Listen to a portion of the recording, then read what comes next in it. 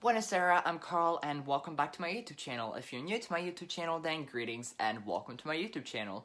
With a net worth ranging from $100 billion to $300 billion, it is no doubt that Disney is known practically by everyone globally all around the world.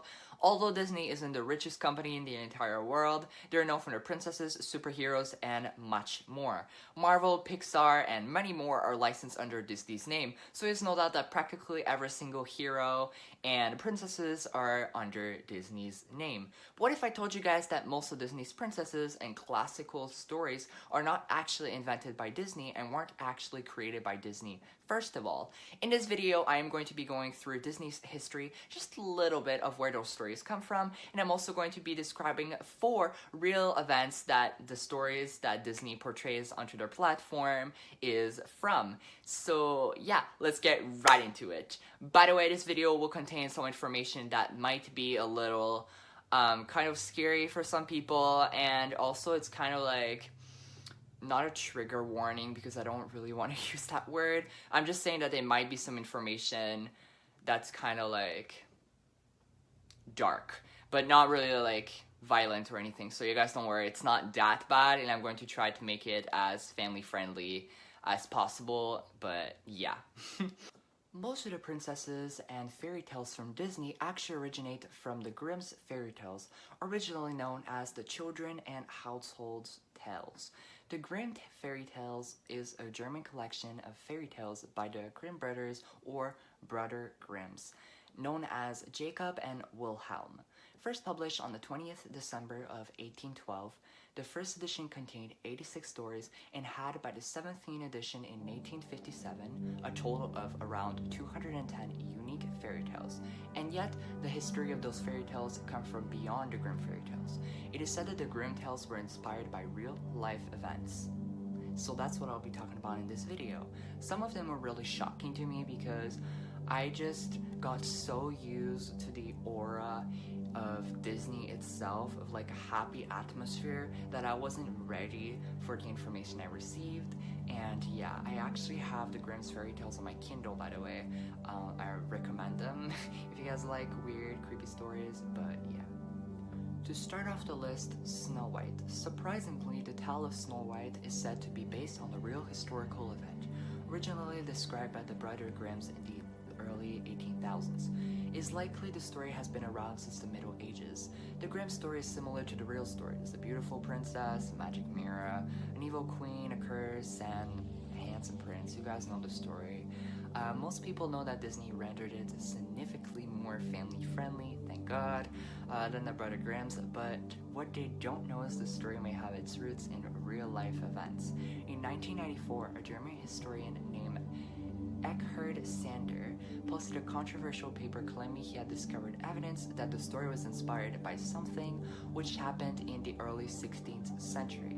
The real-life princess was a German countess named Margaret von Waldeck, who died mysteriously at the age of 21 after being poisoned. She had been forced away by her mother at the age of 16, where she fell in love with a prince who said she was not allowed to marry. And it might have been the case of while she was exiled to the underworld, if you guys know what I mean. The dwarfs in the story may have been inspired by the problem in growth of the workers that worked in her dad's mine, because her dad owned the mine, and it said that the people that worked inside the mine had problems growing, and it said that that's where the inspiration for the dwarfs came from.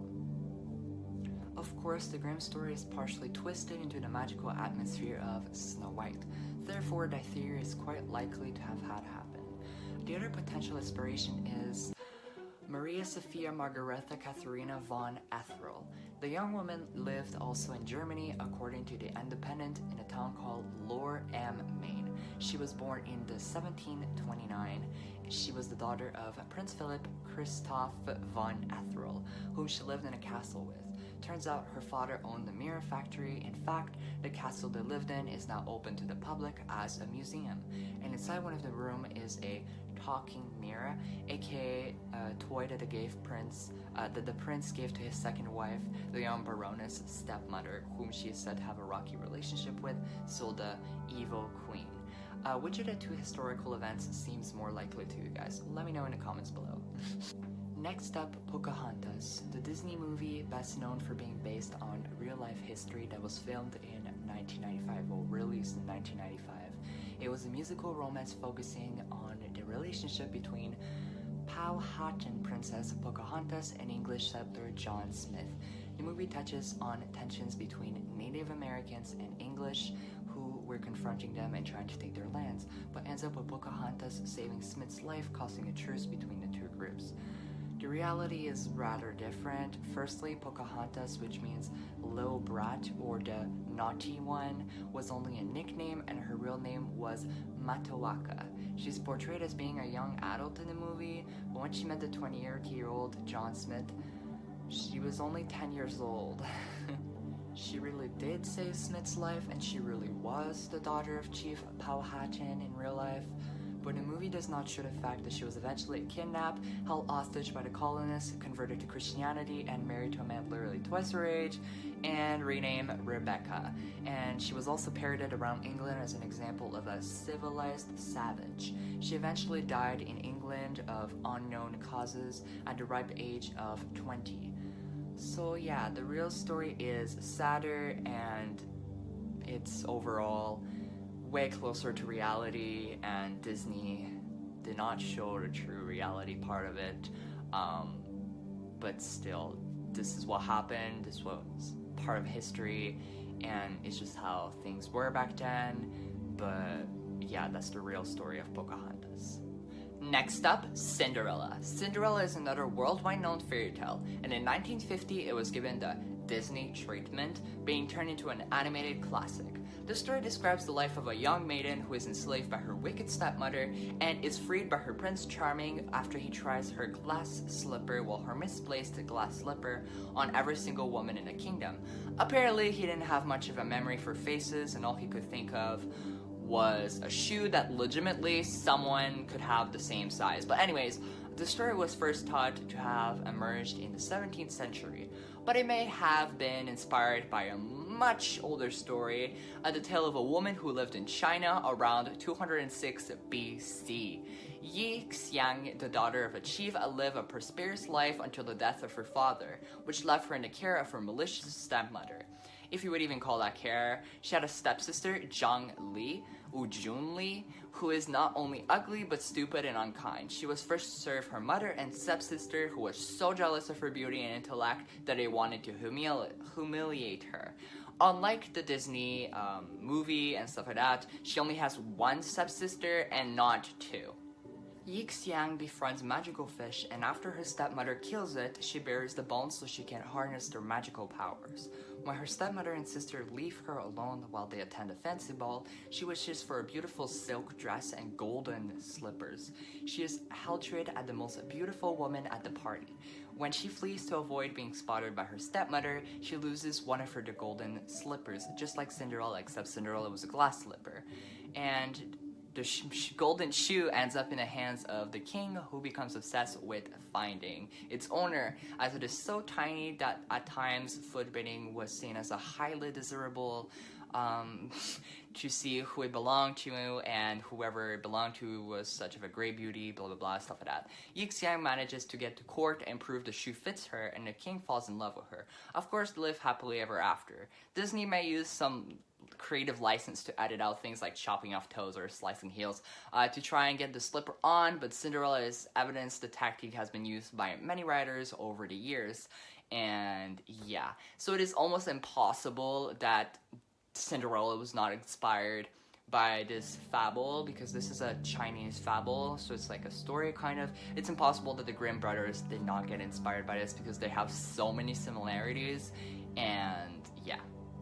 And then finally, Hansel and Gretel, the most sad one overall, and it's so similar to the story itself. Hansel and Gretel appeared a few times on Disney films such as Babes in the Woods and a TV show called Hansel and Gretel, a TV show made by Tim Burton in 1982. The tales of Hansel and Gretel could have been told to keep children from wandering off, but during the Great Famine of 1315 to 1317 AD that crushed most of the continental Europe and England, diseases, mass deaths, and acid and cannibalism increased exponentially. Some desperate parents deserted their children and slaughtered their draft animals. Another version is that Hansel and Gretel might have stumbled upon the home of the successful baker Katrina Skarderin.